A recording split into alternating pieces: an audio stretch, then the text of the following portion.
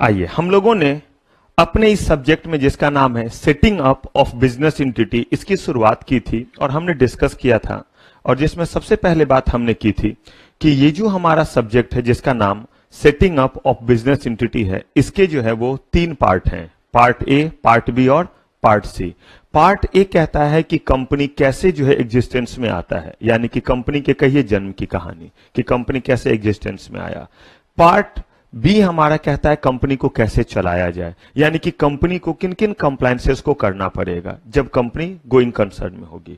तीसरा पार्ट कहता है कि कंपनी के हालात बुरे हैं, उस केस में कैसे कंपनी को ठीक करेंगे, और अगर कंपनी ठीक नहीं हुआ तो उस केस में कैसे कंपनी को हम खत्म कर देंगे। यह है हमारा पार्ट सी, जिसमें वाइंडिंग अप हम देखेंगे। हम लोगों ने पार्ट बी पढ़ना शुरू किया था और हमने सबसे पहले डिस्कस किया कि जब भी कोई कंपनी काम करती है तो उस काम के दौरान कंपनी कुछ चीजों को बनाती है, और ये जो बनाने वाले चीज होते हैं ये गुड्स कहलाते हैं। और कंपनी जिन चीजों को बनाती, चाहे वो पेन बनाए, चाहे वो मार्कर बनाए, चाहे वो जो है आपके प्रोजेक्टर बनाए, चाहे बैग बनाए, चाहे जो है वो ड्रेसेस बनाए, कहा ये बनाने का काम कहां पे होता है? वहां पे काम कौन करते हैं? बड़े सारे लोग काम करते, जिसमें अलग अलग क्लास है, लेकिन सबसे परेशानी हमें हुई लेबर क्लास को लेकर के, वर्कमैन को लेकर के। कहा कि अगर लोग वहां काम करते हैं तो वहां कभी भी कुछ ऐसा कंडीशन ना रखा जाए कि लोग जो है वो मिजरेबल टर्म कंडीशन पे, अनह्यूमन टर्म्स कंडीशन पे, जिसको अमानवीय टर्म्स कंडीशन कहते हैं, मतलब जो नहीं होना चाहिए, उन टर्म्स कंडीशन पे वो क्या कर रहे हो, काम कर रहे हो। कहा कि इन्हीं चीजों से बचाने के लिए जो है हमें लॉ बनाना पड़ा, क्योंकि जो ओनर होते हैं, जो मालिक होते हैं, उनका बस एक ही कंसर्न और एक ही ईमान धर्म है, और वो है ढेर सारा प्रॉफिट। भले रामदीन, हरिया, राम खिलावन, बंसी, बिरजू कितने भी बुरे हालात में काम क्यों ना कर रहा, वो कहते हैं कि ज्यादा से ज्यादा उन्हें क्या चाहिए, प्रॉफिट चाहिए। कहते हैं कि अगर हम उनके इस कंसर्न को देखें तब तो वो कुछ भी अपने लेबर के लिए अच्छा नहीं करेंगे। इसीलिए कानून बनाया गया, लॉ बनाया गया कि अगर आप उसे फुलफिल नहीं करेंगे तो पेनल्टी लगेगी। जब तक आप लॉ नहीं बनाएंगे तब तक आप जो है वो उनको प्रोटेक्शन नहीं दे पाएंगे। तो यहां पे इन्होंने जो है वो लेबर लॉ से रिलेटेड जो है वो बड़े सारे जो है वो नियम कानून बनाए, और उन्हीं नियम कानून को हमें पढ़ना है, जिसमें हमें जो टोटल रूल रेगुलेशन और एक्ट पढ़ना है वो कितने हैं? 16 एक्ट्स पढ़ने हैं। इस एक छोटे से चैप्टर के भीतर वो 16 से क्या है, एक्ट है। और इसमें हम लोगों ने फैक्ट्रीज एक्ट जो है वो सबसे पहले पढ़ा था, जिसमें हमने देखा था कि अगर कोई फैक्ट्री में काम कर रहा है तो किस टर्म्स कंडीशन पे काम करेगा, यानी कि कौन कौन से मिनिमम फैसिलिटी मिलेगी, कितने देर वो काम करेगा, कितने देर से ज्यादा काम कराया जाना जो है वो ऑफेंस माना जाएगा।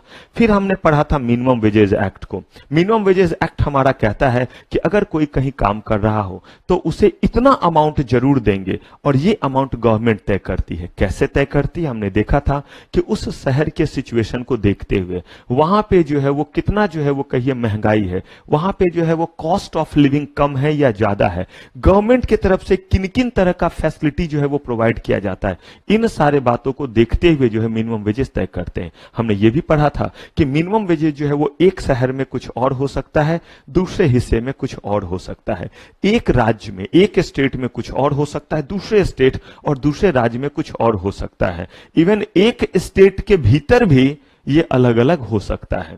फिर हमने कहा कि ये जो हमारा पेमेंट ऑफ वेजेज एक्ट है, ये कहता है कि मिनिमम वेजेज एक्ट ने तो हमें कह दिया कि कितना पैसा रामदीन को देना है, कितना पैसा बंसी, बिरजू, हरिया को देना है, लेकिन कितने दिन के भीतर देना। पूरे महीने काम कर लिए आपने, मिनिमम वेजेस जो है मान लीजिए 15,000 था तो आपने 15,000 उसे देने हैं, लेकिन कब देंगे? 30 तारीख हो गया, 31 तारीख अब हो गया, अब कब?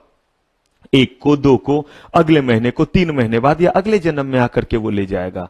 कहा इसके लिए हमने बनाया पेमेंट ऑफ वेजेज एक्ट। ये कहता है कि जो पैसे मिलने चाहिए थे, जो जो पैसे उसे मिलने चाहिए, इसमें ओवर टाइम भी आएगा। अगर उसने ओवर टाइम नहीं किया तो क्या होगा? सिर्फ उसका अपना वेजेज होगा। ओवर टाइम किया होगा तो किस रेट पे ओवर टाइम कैलकुलेट हुआ होगा? डबल। कहां लिखा हुआ है? मिनिमम वेजेज में लिखा हुआ है। तो ये सारा कैलकुलेशन करके जो आपका अमाउंट है, जो आपको मिलना चाहिए था, वो अमाउंट अगर आपको नहीं मिला है तो वो ऑफेंस हो गया, उतने दिन के भीतर नहीं मिलना। इसके लिए प्रोविजन यहां दिया हुआ था पेमेंट ऑफ वेजेज एक्ट में। अब हम अगले जो है वो एक्ट पे बढ़ेंगे, जिसका नाम है एम्प्लॉय कंपनसेशन एक्ट। एकदम ध्यान से चीजों को सुनिएगा। मैंने आपको बोला 16 चैप्टर यानी कि 16 एक्ट्स हैं एक चैप्टर के भीतर। earlier it was used to be 16 different chapters and it was containing 100 marks. 100 marks. अब हमने यहां पे इंट्रोडक्शन दिया है और इसे 100 मार्क्स का कर दिया है और एक्सपैंड करके आपके प्रोफेशनल में, ताकि ऑडिट वगैरह के समय जब आप प्रोफेशनल में आए तो उस समय आपके पास एक बेस बना हुआ रहे और वहां पे बहुत डिटेल में ये दिया हुआ है. इसीलिए यहां पे उसको क्या कर दिया गया, समराइज कर दिया गया. इसीलिए बहुत ध्यान से आपको जानना पड़ेगा. इसी चीज को हम लोग 100 मार्क्स के लिए पढ़ाते हैं. आप बोलेंगे तो मैं अभी भी पढ़ाऊंगा, लेकिन फिर आप एक चैप्टर 100 मार्क्स के लिए, तो क्या आप 2 चैप्टर, इसका मतलब 2 सब्जेक्ट नहीं हो गया ये? तो इसीलिए जितना है उसी को इस तरीके से बताना है कि एग्जाम में कुछ भी ना छूटे और हमें बातें भी समझ में आ जाए. इसीलिए बातों को समझाने के लिए मैं थोड़ा ज्यादा आपको बता देता हूं ताकि आप कनेक्टिविटी कर पाएं. ऑल्दो वो पार्ट एक लाइन लिखा हुआ है, लेकिन कभी कभी एक लाइन रटना और 4 लाइन समझने में, 4 लाइन समझना आसान होता है इंस्टेड की एक लाइन को सीधे रट्टा मार जाओ, क्योंकि वो दिमाग से स्किप हो जाता है, लेकिन समझे रहने पे आसान हो जाता है. इसमें ही आप देखिएगा जो वर्ड यूज होगा उस वर्ड को हम एक्सप्लेन करके तब यहां पे पहुंचेंगे.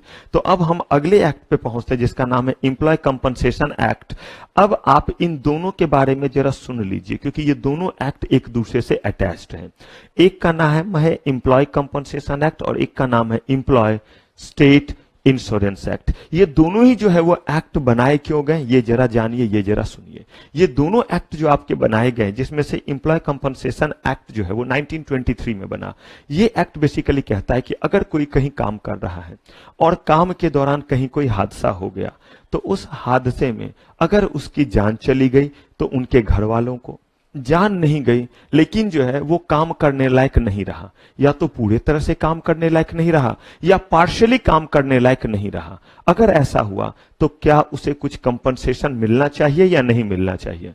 ये जो कंपनसेशन मिलना चाहिए वो किस अकॉर्डिंग मिलना चाहिए?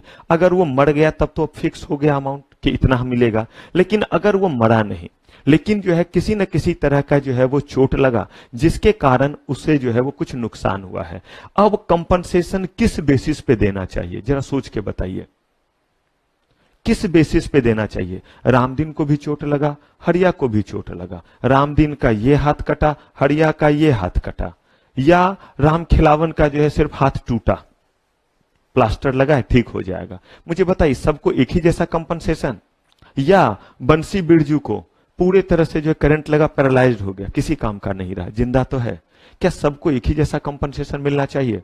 तो ये कंपनसेशन किस चीज पे डिपेंड होना चाहिए? चोट पे, या उसको और थोड़ा डिफाइन कीजिए, चोट पे या जितने से उसका अर्निंग कैपेसिटी कम हुआ, उस चोट का असर उसके अर्निंग कैपेसिटी पे ही ना. चोट लगा, अर्निंग कैपेसिटी कम नहीं हुआ तो हम आपको कम कंपनसेशन देंगे, लेकिन आपको जितना ज्यादा जो है वो अर्निंग आपका जो है वो बंद हुआ है उसके बेसिस पे हम आपको कंपनसेट करेंगे. पूरा ही अर्निंग बंद हो गया, आप जिंदा हैं, पूरा अर्निंग बंद हो गया, तो वैसे केस में क्या करेंगे? ज्यादा देंगे. अब बताइए क्या ऐसा एक्ट बनाया जाना सही है या नहीं है? क्या इंप्लॉयर कभी चाहेंगे ये एक्ट बने? क्या वो अपने मन से जितने उदार दिल होंगे? अब गलती से किसी एक को जो है वो ज्ञान की प्राप्ति हो गई हो गलती से तो अलग बात है, अदरवाइज मास लेवल पे अगर हम बात करें तो क्या मास लेवल पे लोग इस तरह से करना चाहेंगे?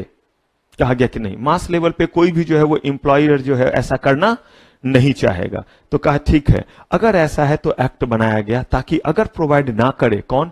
एम्प्लॉयर, तो ऐसे केस में हम उसे क्या कर सकें? पेनलाइज कर सके, उसके ऊपर फाइन पेनल्टी जो है हम इंपोज कर सके. तो इस एक्ट में यही हमें जानना है कि किस किस तरह के सिचुएशन में जो भी वर्कर वहां काम कर रहे हैं उनको कंपनसेशन मिलेगा, डेथ में कितना मिलेगा, और अगर जो है वो डैमेज हुआ, नुकसान हुआ, उस केस में कितना मिलेगा. साथ ही साथ किन कंडीशंस में नहीं मिलेगा, बल्कि नुकसान हुआ है लेकिन उसके बावजूद भी नहीं मिलेगा, और अगर एम्प्लॉयर ने नहीं दिया तो उस केस में एम्प्लॉयर पे क्या फाइन पेनल्टी आएगा, और अगर आपको एम्प्लॉयर ने नहीं दिया तो आप किन के पास जाएंगे, ये हमें पढ़ना है. ये तो हो गया एम्प्लॉय कंपनसेशन एक्ट. आप कहेंगे सर आपने कहा मिलता जुलता है एम्प्लॉय स्टेट इंश्योरेंस एक्ट. ये एक्ट जो बनाया गया वो एम्प्लॉय कंपनसेशन एक्ट को ही जो है वो और रिफाइन करके बनाया गया, और इन्होंने कहा कि वर्कमैन कंपनसेशन एक्ट ने जिन जिन चीजों को शामिल नहीं किया है उन चीजों को भी हम शामिल करेंगे. जैसे डिपेंडेंट्स का बेनिफिट, अगर डिपेंडेंट है वो भी बीमार पड़े हैं तो उनको भी कुछ बेनिफिट देंगे, सीकनेस बेनिफिट देंगे, मैटरनिटी बेनिफिट देंगे. वर्कमैन कंपनसेशन एक्ट ने तो कहा कि मर गए या हाथ पांव कटकुट के बराबर हो गया, कमाने लायक नहीं रहे तो कंपनसेशन देंगे। जैसे जैसे सिविलाइजेशन आता गया हमें ये सब चीज भी महसूस होती गई कि सिर्फ मरना ही सब कुछ नहीं है, पूरे तरह से हाथ पैर कटना ही सब कुछ नहीं है, इसके अलावा भी लोग बीच में बीमार पड़ते हैं, सिक होते हैं। देखते हैं इस समय में बहुत ज्यादा जो है कफ कोल्ड और ये सब जैसा चीज आ रहा है, तो कह रहे हैं कि लोग बीमार भी पड़ते हैं। कहा गया कि इन चीजों के लिए भी इंतजाम होना चाहिए, मैटरनिटी बेनिफिट जैसा चीज भी जो है वो मिलना चाहिए। तो ये चीज जैसे जैसे हमें ध्यान आया हमने अगला एक्ट बना दिया, और वो एक्ट क्या था? Employ state insurance act. जब हमने एम्प्लॉय कंपनसेशन एक्ट बनाया था तो बाद में कुछ डिफॉल्ट होने लगे। क्यों डिफॉल्ट होने लगे बताऊंगा जब ये एक्ट खत्म कर दूंगा, एम्प्लॉय कंपनसेशन एक्ट। क्योंकि जब किसी चीज में डिफॉल्ट हो और वो सही तरीके से वर्क ना करने लगे तब हमें किसी और की जरूरत पड़ती है, तो तब हमें जो है वो एम्प्लॉय स्टेट इंश्योरेंस एक्ट की जरूरत पड़ी। इसका मतलब वर्कमैन कंपनसेशन एक्ट या employ compensation act and employ state insurance act लगभग एक जैसे चीजों को ही दे रहा है। इसीलिए रेगुलेटरी बॉडी ने कहा कि आप अपने ऑर्गेनाइजेशन में बताओ कौन सा चुनोगे, चॉइस दिया कि आप अपने जगह पे कौन सा इंप्लीमेंट करना चाहते हो। अगर आपने वहां पे इंप्लीमेंट किया हुआ है एम्प्लॉय कंपनसेशन एक्ट, तो वैसे केस में आपको जो है एम्प्लॉय स्टेट इंश्योरेंस एक्ट करने की जरूरत नहीं है। लेकिन एम्प्लॉय स्टेट इंश्योरेंस एक्ट अपने आप में बहुत सारी चीजों को प्रोवाइड करता है, तो एम्प्लॉयर को कहा गया कि अगर आप एम्प्लॉय स्टेट इंश्योरेंस एक्ट करेंगे तो आपके यहां एम्प्लॉय कंपनसेशन एक्ट की एप्लीकेबिलिटी नहीं रहेगी, साथ ही साथ कुछ और भी एक्ट है जो आपके ऊपर एप्लीकेबल नहीं होंगे। क्यों? क्योंकि आप इसी एक्ट में 6-7 डिफरेंट टाइप के बेनिफिट्स क्या करते हैं? प्रोवाइड करते हैं। तो एक जो कॉमन बेनिफिट है जो एम्प्लॉय कंपनसेशन एक्ट में भी है और एम्प्लॉय स्टेट इंश्योरेंस एक्ट में भी है, वो है कंपनसेशन वाला। तो इसीलिए दोनों में से कोई एक ही एप्लीकेबल होगा। लेकिन इसके अलावा कुछ और भी बेनिफिट्स होते हैं जो एम्प्लॉय स्टेट इंश्योरेंस एक्ट करता है, तो उस केस में और भी कुछ एक्ट के प्रोविजन से वो क्या हो जाएंगे? एग्जम्प्ट। तो अगर हम आसान शब्दों में कहें, ये दोनों एक्ट सिमिलर इन नेचर हैं और एक ही तरह की चीज को प्रोवाइड करने के लिए, इसलिए इनको चॉइस दिया गया कि चाहे ये वाला करें, यानी कि एम्प्लॉय कंपनसेशन एक्ट करें एप्लीकेबल, या कौन सा करें? Employ state insurance act. तो अब हम एक एक करके देखते हैं। पहले आते हैं एम्प्लॉय कंपनसेशन एक्ट पे आते हैं और देखते हैं कि ये एक्ट कहां कहां एप्लीकेबल है और ये एक्ट आपका जो है वो क्या कहता है। एकदम ध्यान से चीजों को समझिएगा। Employ compensation act applicability all over the India, हर जगह एप्लीकेबल है। अब देखिए क्या लिखा हुआ है। अब इसीलिए मैंने इतनी लंबी कहानी कही, ये तो एक लाइन में खत्म हो जाता, एक बार बोल देता कि ईएसआई एक्ट जहां एप्लीकेबल नहीं होगा। इतना इसीलिए बोला ताकि आपके ये जहन में रहे, ये बिल्कुल आपको जो है वो कहिए कि आप इसके साथ जो है वो यूज टू हो जाए। जैसे ये वर्ड आए एम्प्लॉय कंपनसेशन एक्ट, आपके दिमाग में आ जाए कि ये किस पर्पस के लिए आया। इसी से मिलते जुलते पर्पस के लिए अगर कोई और है तो भला एम्प्लॉयर को दो एक्ट में अगर कंपनसेशन देना पड़े तो वो बोलेगा कि जो हाल रामदीन हरिया राम खिलावन का है वही हाल रतन टाटा कुमार मंगरम बिरला और मुकेश अंबानी अनिल अंबानी का होगा। वो लोग बोलेंगे क्या आप चाहते हो हम बांटते फिरे, मतलब कटोरा लेके मांगते फिरे। कहा क्यों भाई? कहा आप एक ही आदमी के डेथ पे हमें 5 अलग अलग एक्ट में बोलोगे, उसे क्या देने के लिए? कंपनसेशन देने के लिए। ठीक है, लेबर का भला सोचना अच्छा है, लेकिन इतना भला सोचिए कि सारा इंडस्ट्री ही बंद हो जाए तो वो लेबर को जो 2 वक्त की रोटी मिल रहा है वो यही तो ऑर्गेनाइजेशन दे रहे हैं, यही तो हमारा इंडस्ट्रियल सिस्टम दे रहा है। तो उन्होंने कहा except what? ESI act applies. कोई बात नहीं, इसके बाद ईएसआई एक्ट हम पढ़ेंगे। कवरेज ऑफ वर्कमैन, कहा यहां पे पहले तो ये हमने देख लिया कहां एप्लीकेबल होगा, हर जगह एप्लीकेबल होगा, कोई एक्सेप्शन नहीं है। लेकिन यहां पे कह रहे हैं सिर्फ एक एक्सेप्शन है, अगर उसी जगह पे क्या एप्लीकेबल है तो उस फैक्ट्री में ये नहीं लगेगा। अच्छा, उसके बगल में एक फैक्ट्री है एक ही शहर में, उस पे लगेगा क्योंकि वहां ईएसआई एक्ट एप्लीकेबल नहीं किया उसने। कवरेज ऑफ वर्कमैन, वहां काम करने वाले सारे वर्कर के ऊपर, याद कीजिए हमने पिछले क्लास में पढ़ा था, जब हम बात कर रहे थे तो हमने अमाउंट देखा था कि जिनका जो है वो अमाउंट 18,000 से कम तक है उसके ऊपर वो एक्ट एप्लीकेबल था। हो सकता है एक ही ऑर्गेनाइजेशन में आप भी काम कर रहे हैं, मैं भी काम कर रहा हूं। मैं रामदीन, मुझे मिल रहा है 10,000 पर मंथ, हमारे दुबले पतले रेट को मिल रहा है 5 लाख पर मंथ। ये तो चुटकी बजा के बोलेंगे सर बहुत आप जो है वो बोलते थे क्लास में, अब तो हम आपको खड़े खड़े क्या कर सकते हैं? खरीद सकते हैं। तो अब देखिए कि मुझे मिल रहा है, मान लीजिए कि 10,000 पर मंथ, इनको मिल रहा है 5 लाख पर मंथ। उसी ऑर्गेनाइजेशन में इनके ऊपर एप्लीकेबल होगा, मेरे ऊपर एप्लीकेबल होगा? इनके ऊपर इसलिए नहीं होगा कि जिनकी हाईली पेड सैलरी होती है उनकी बार्गेनिंग कैपेसिटी बहुत ज्यादा होती है। मैंने आपको नहीं बोला, हमारे देश में बड़ा अजीब तरह का सिस्टम है, जहां पे लोग ज्यादा वहां पैसे कम, जहां पैसे कम वहां लोग ज्यादा, जहां उस पैसे के यूज करने के लिए जो है वो लोग कम है, वहां पे कहिए पैसे कम है, और जहां पैसे ज्यादा है वहां पे उसको यूज करने वाले इंसानों की संख्या क्या है? कम है, उतने पैसे की रिक्वायरमेंट नहीं है। ऐसे ही जो है वो बड़े सारे जगहों पे जिनके पास पैसे ज्यादा हैं, उल्टा उनको और ज्यादा काम मिलता है। मतलब जिनके पास काम करने के लिए समय नहीं है, उसके पास और कॉल की और काम कीजिए, ये काम प्लीज हमारा कर दीजिए। लेकिन जिसके पास काम नहीं है, उस बेचारे को जो है वो काम ढूंढ रहा है, जो रहता है वो काम भी बोला जाता है कि चल आज काम मत कर क्योंकि आज हम घर पे नहीं रहेंगे। मतलब उसकी तो वही चली गई। और दूसरा वो है जो कहता है अभी मुझे 10 दिन के लिए बाहर जाना, नहीं पहले हमारा काम ये निपटा दीजिए, फिर आप क्या कीजिए, 10 दिन के लिए चले जाइए। तो यहां पे कह रहे हैं कि उनकी बार्गेनिंग पावर अच्छी है, इसीलिए बोला उनके ऊपर एप्लीकेबल होने की जरूरत नहीं है। यहां पे कह रहे हैं कि किनके ऊपर एप्लीकेबल होगा? All worker. जरा देख लीजिए क्या लिखा हुआ है,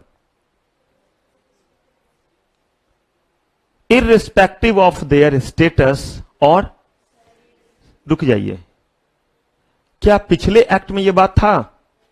तो हर एक्ट को एक ही जैसा पढ़ लें, राम का बेटा दशरथ था, दशरथ का बेटा राम था, कुछ भी मतलब कुछ भी कहा गया कि नहीं? एकदम ध्यान रखना पड़ेगा। और ये वही बातें हैं जहां आपको ध्यान रखनी है कि हर जगह अमाउंट बदला है। मैंने आपको बोला था कुछ चीजें हैं जो ध्यान रखना पड़ेगा।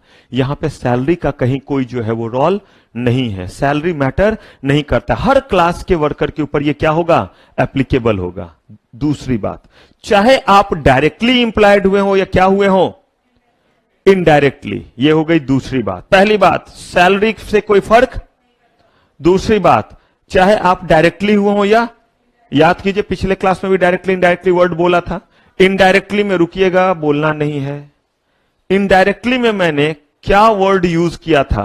रुकना है, बोलना नहीं है, वरना मेरे पास बहुत चीजें लुटाने को। यहां से समय दिया 30 सेकेंड। इनडायरेक्टली में मैंने किस वर्ड को बोला था? समय शुरू होता है अब सोचने का। जिनको याद आ जाए बस हाथ उठाते रहिएगा, मैं देख लूं तो नीचे कर लीजिएगा। आप हाथ उठा रहे हैं या गेम दे रहे हैं? बस एक।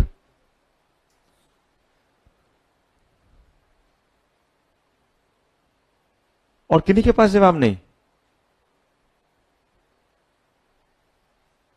2 मिनट क्लास रुक के चुल्लू भर पानी बांट देते हैं पहले सब में। सब अपना हाथ ऐसे कीजिएगा जैसे चनामृत लेते हैं।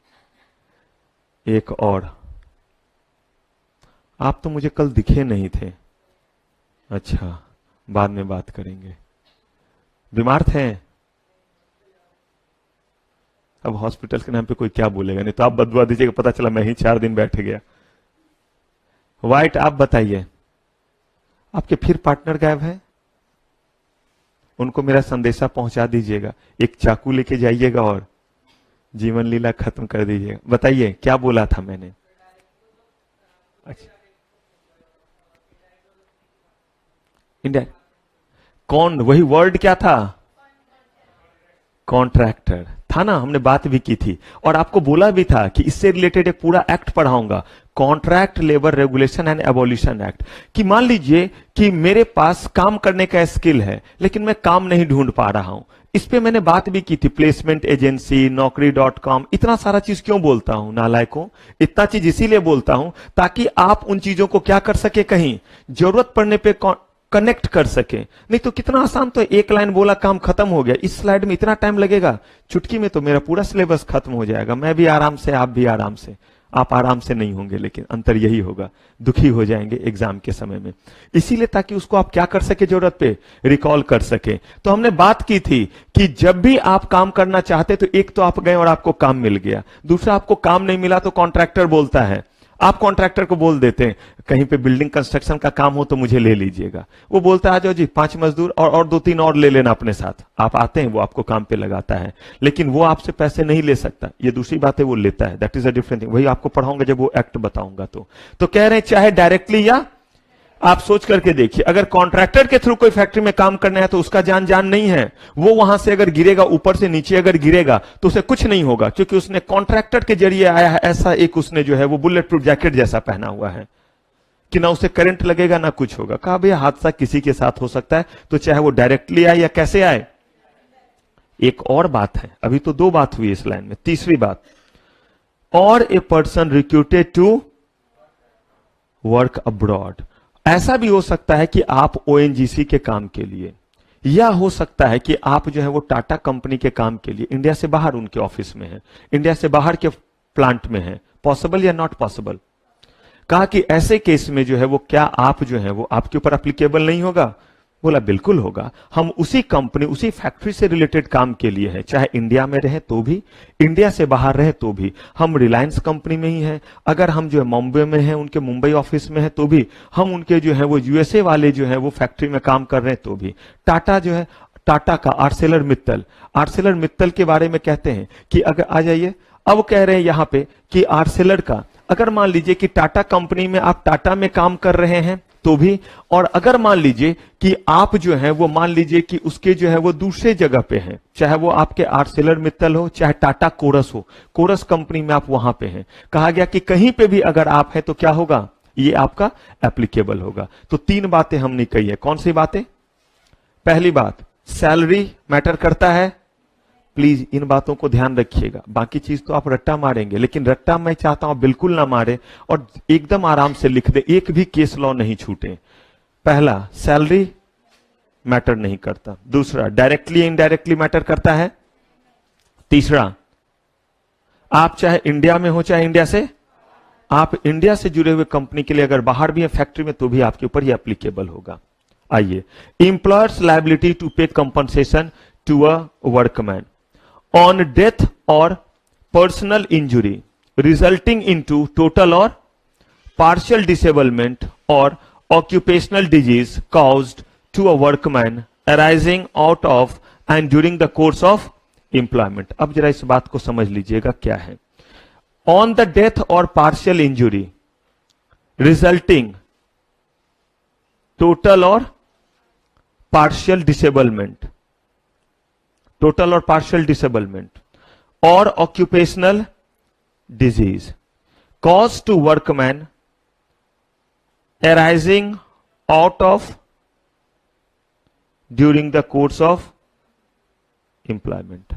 अब जरा वर्ड ध्यान से समझिएगा, इनका मतलब है arising out of and during the course of employment का मतलब कि चाहे आपके, एकदम साफ साफ कह रहा हूं, इतना छोटा सा लाइन है लेकिन इसको बड़े ध्यान से समझिएगा, क्योंकि ये रट्टा मारने के लिए छोटा सा है, लेकिन इसको समझिए क्योंकि आगे जो है वो आपको जो है कम चीजों को याद रखना पड़े।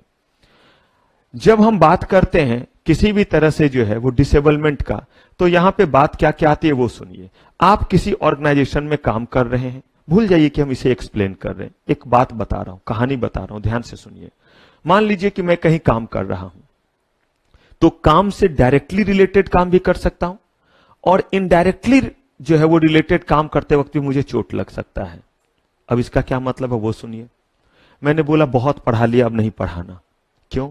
देखिए इतने होनहार हमारे बच्चे, कभी आते हैं कभी नहीं आते हैं, कभी जो है वो सुबह आते हैं कभी दोपहर में आते हैं, बोलते हैं कि जैसे जो होगा हम वैसे आएंगे। तो मैंने सोचा कि फिर ऐसा पढ़ा के क्या फायदा, इससे तो अच्छा कितना बढ़िया गेस्टेड पोस्ट था, जॉब था, मस्त गाड़ी थी, जो है वो ड्रेस वाले ड्राइवर, वो व्हाइट कलर वाले, आराम से जो गेस्टेड पोस्ट है, आप मस्त जाइए मस्त आइए। बोला कि अब मुझे काम नहीं करना है पढ़ाने वाला, तो फिर मैंने सोचा क्या करूं, तो बोला मस्त रामदीन वाला काम करूंगा कि टेंशन ही लेने का, जो काम है बस उतना करूंगा, काम खत्म। तो मैंने सोचा, और मान लीजिए कि मेरा बॉडी जो है वो ऐसे है, ठीक है, इमेजिन, टीचर ने बोला तो मान लेते हैं कि मैं हट्टा कट्टा हूं जबरदस्त। अब जो है मैंने सोचा कि मैं बोझा उठाने का काम किसी फैक्ट्री में करता हूं, सामान उठा करके ले जाना फिर लाना, ये मेरा काम है। अब जो है मैं पीठ पे बोरा लिया, बोरा समझते हैं, स्टिक बोलते हैं, ऐसे करके लिया और जा रहा हूं जो है वो मैं फिसला और मैं गिरा, बोरे मेरे पैर पे गिरे, मेरा पैर जो है वो टूट गया, पैर टूटा। ये मैं काम करने के दौरान हुआ या जब मैं पिकनिक मना रहा था तो ये हादसा हुआ? ठीक है, और सुनिए, बीच में अब हादसा नहीं हुआ, एक तो हादसा हुआ तो ये हुआ काम के दौरान, अभी हादसा नहीं हुआ, दोपहर में ब्रेक हुआ, मस्त जो है मैंने अपना टिफिन निकाला, राम दुलारी ने जो दिया एल्युमिनियम वाले वो डब्बे में, अपना रोटी वगैरह निकाला, उसमें ओनियन भी थे, प्याज वगैरह भी था, नमक वगैरह भी था, मिर्च भी था, सब कुछ था। गलती से सब्जी भी हो सकता है, क्योंकि कभी देखिएगा मजदूरों को खाते हुए उनके आपके खाने में जो है थोड़ा अचार और प्याज जैसा दिखेगा, कभी कभी सब्जी भी दिख जाता है। जो भी रहे, रोटी जरूर रहता है क्योंकि वही वो खाते, इसलिए बोला जाता है कि क्या खा रहे थे, तो रोटी वर्ड बोल देते। ये जो इतना पॉपुलर हो गया ना कि रोटी रोटी रोटी, देखिए खाने की जगह लोग वर्ड क्या यूज कर लेते हैं, रोटी। भले आप जो है वो चावल ही खा रहे थे, वो रोटी खाने गया था, मतलब एक तरह से खाना बोल देते हैं, क्योंकि इतने ज्यादा हमारे देश की आबादी सिर्फ और सिर्फ रोटी खा करके ही सिर्फ जिंदा रहती है कि खाने की जगह हम वर्ड यूज क्या कर लेते हैं, रोटी यूज कर लेते हैं। तो अब जो है मैंने अपना टिफिन निकाला, मस्त खाया, राम दुलारी का मूड अच्छा होगा, सब्जी भी दे दी तो वो भी मैंने खा लिए, मेरी तो निकल पड़ी।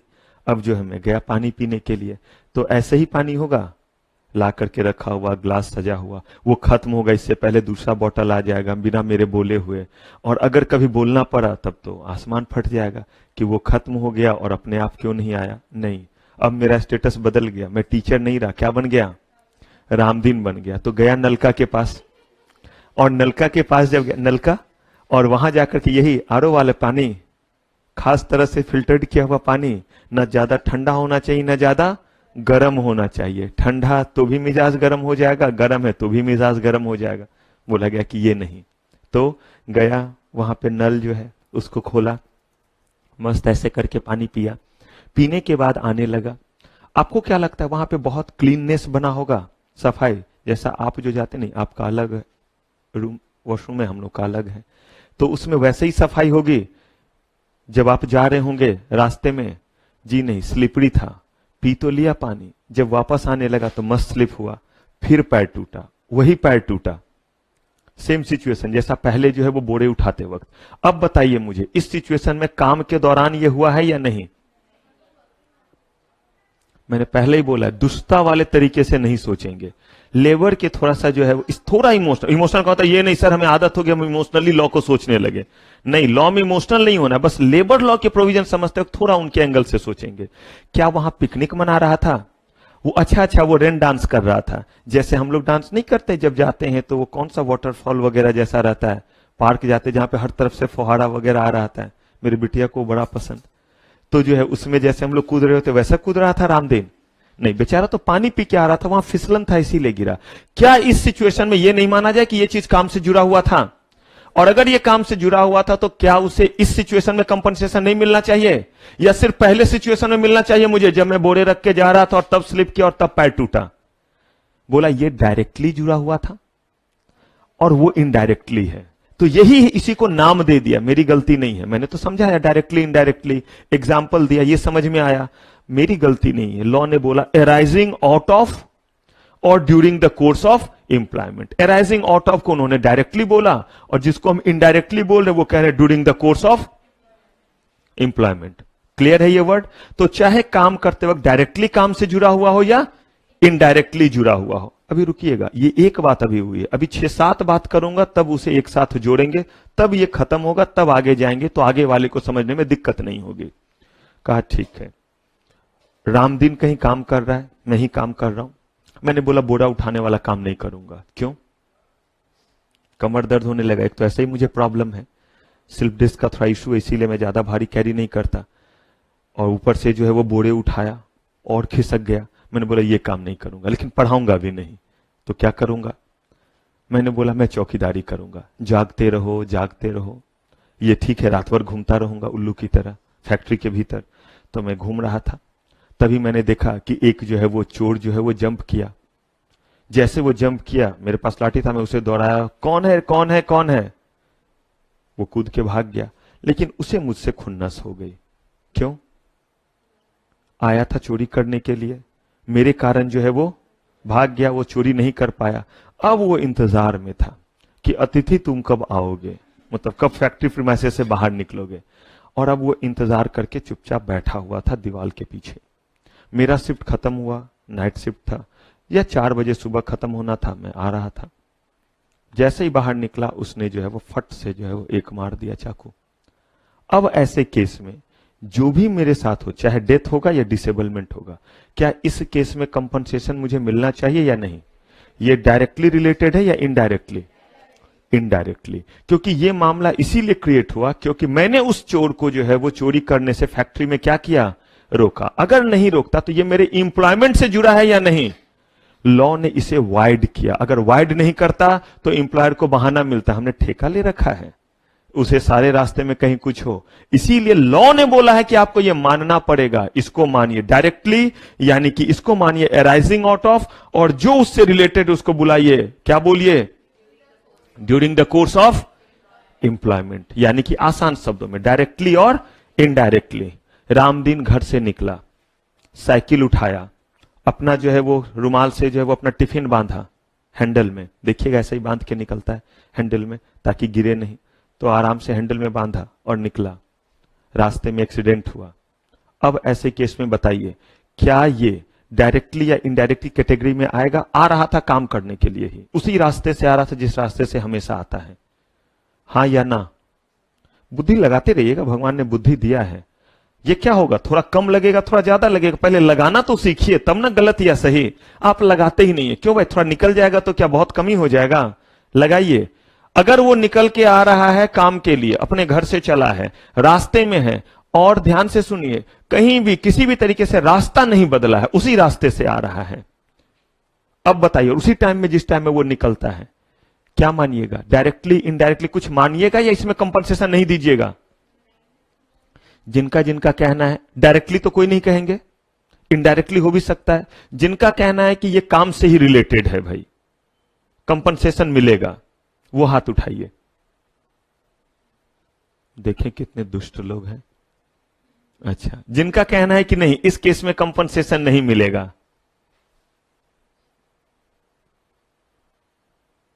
कोई ऐसे जो किसी में नहीं उठाए हो, जो साइंस की तरफ से हो? दुबले पतले आप किस में थे? मिलेगा।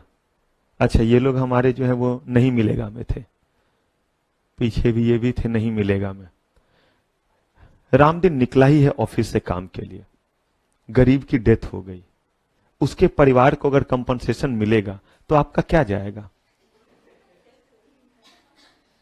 सोच के देखिए, वो घूमने नहीं निकला था। ये नहीं था कि रामदीन निकला है, राम दुलारी से बोल के ऑफिस जा रहा हूं, और इधर जो है राम प्यारी के साथ उसका कोई चक्कर हो और उसके पास जा रहा है। मैंने इसीलिए बोला कि जाने का रास्ता वही, उसी काम से जा रहा है, ये बिल्कुल तय हो गया है, तब उसे मिलना चाहिए या नहीं? उन्होंने कहा इनडायरेक्टली हम इसे मानेंगे और मिलेगा। निकला है फैक्ट्री से, घर के लिए जा रहा है, लेकिन वही रास्ता जो उसके घर का है, उस दौरान भी अगर हादसा हो गया है तो क्या माना जाएगा? और सुनिए, बहुत ज्यादा स्ट्रेस था काम करने के दौरान, उस स्ट्रेस में घर पहुंच गया है, और घर पे हार्ट अटैक हुआ है, अब मिलेगा या नहीं? लॉ ने यहां तक बोला है कि ये जो है वो किस में आया? ये आपका इनडायरेक्टली में आया। वर्क का वो प्रेशर था जिसके कारण क्या हुआ है, उसका जो है वो जान गया है। कह रहे हैं कि इस केस में भी मिलना चाहिए। और सुनिए, वो वहां पे काम कर रहा है, काम करने के दौरान जो है वो वहां का वर्क का कल्चर ही ऐसा है, या कहिए इन्वायरमेंट ही ऐसा है, सीमेंट फैक्ट्री में काम कर रहा है, तो नाक में लगातार जो है वो केमिकल जा रहा होगा या नहीं? जहां पे ये मार्बल वगैरह की कटाई होती है, बहुत वहां पे छोटे छोटे पार्टिकल होते हैं, that is very harmful. Silicosis नाम का डिजीज होता है, लंग्स के लिए बहुत खतरनाक है। इन चीजों के कारण जो है उसे बीमारी हुई है, तो कहते हैं इसे हम ऑक्यूपेशनल डिजीज। सिर्फ ये नहीं कि डिसेबलमेंट किया है, ऑक्यूपेशनल डिजीज, उसे जो है इस कारण से अस्थमा हो गया है, सिलिकोसिस हो गया है। कहते हैं कंपनसेशन मिलेगा या नहीं? मिलेगा। तो देखिए, डायरेक्टली इनडायरेक्टली हर केस में मिलेगा। क्लियर है ये बात, इनडायरेक्टली वाला चीज? अब सुनिए, कह रहे हैं कि टोटल या पार्शियल डिसेबलमेंट। कहा अब ये क्या है भाई? डेथ तो समझ में आता है या नहीं समझ में आता है? ये कैसे दिखाऊंगा, ये तो मर के भी नहीं दिखा सकता। तो डेथ का मतलब उसकी क्या हो गई? जान चली गई, तो मिलना चाहिए कंपनसेशन।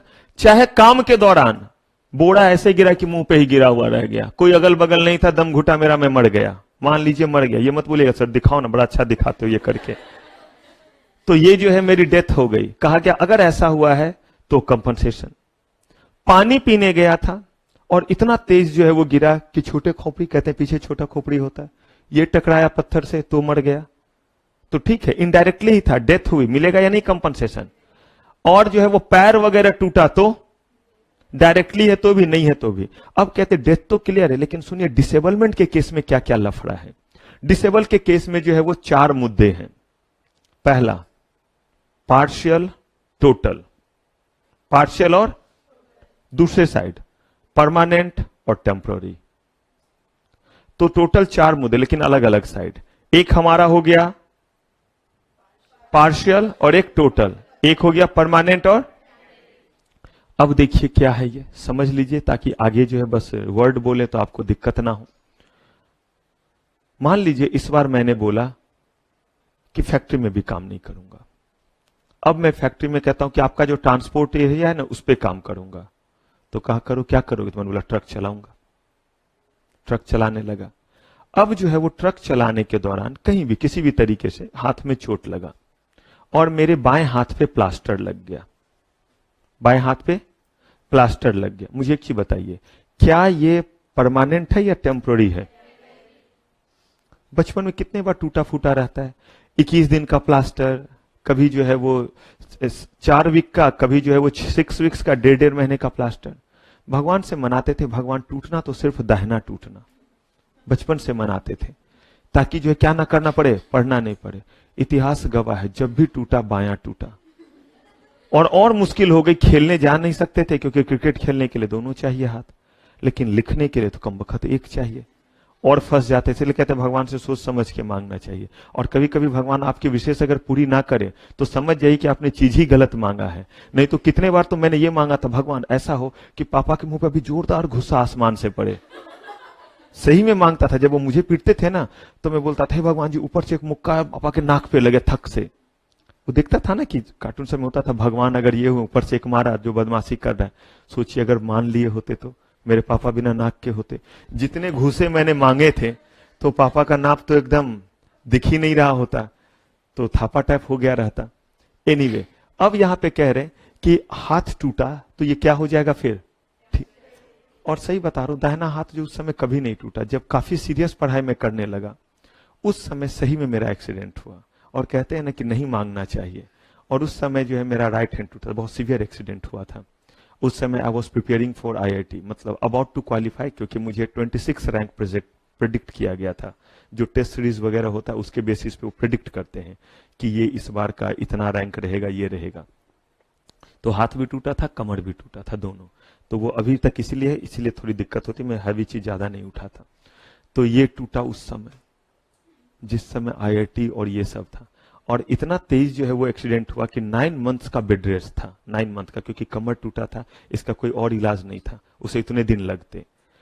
अब जो है वो चलिए फिर भी ठीक हो गया। लेकिन जिस समय ये मेरा हाथ टूटा था, जिस समय ये हाथ टूटा, क्या ये हाथ दोबारा नहीं आएगा?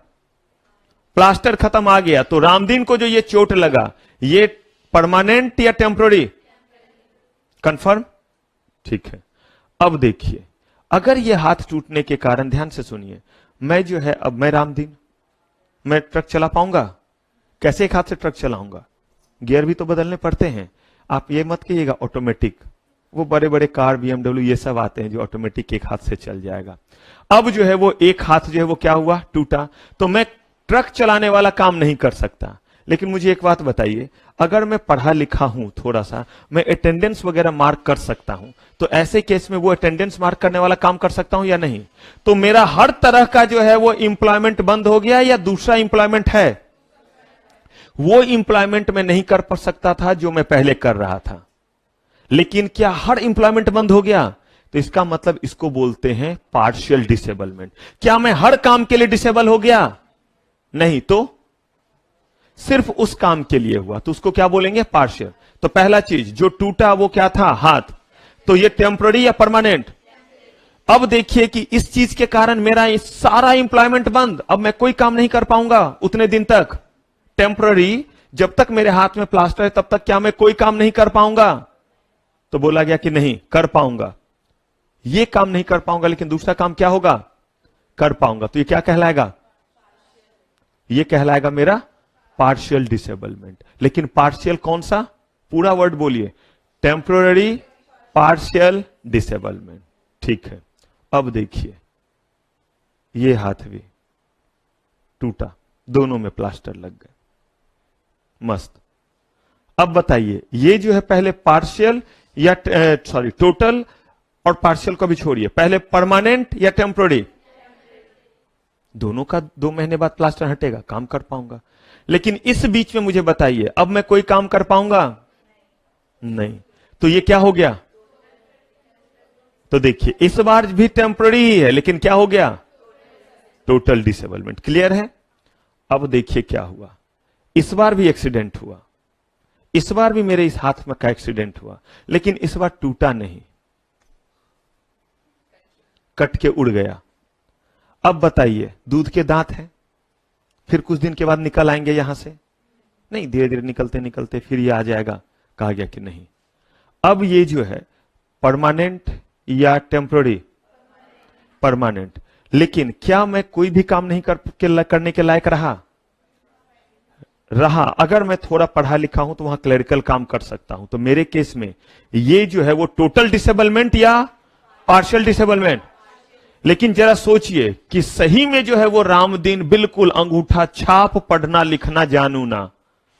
अब बताइए उसके लिए ये चीज क्या हो गया?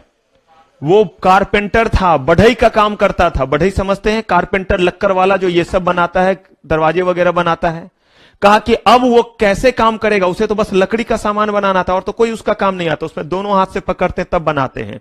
लक्कर वाला का अगर ये हाथ उड़ गया कट के, तो ये टेम्पोररी या परमानेंट?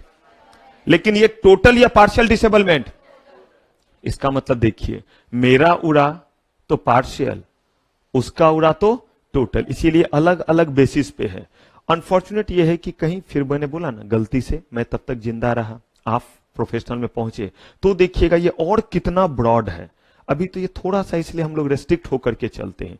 एक एक इसके जो है वो एक्ट जो है वो मैंने बोला ना बहुत दमदार है, क्योंकि इसके ऑडिट वगैरह पे जब जाइएगा तो देखना पड़ता है कि किस कारण कितना डिसेबलमेंट आया।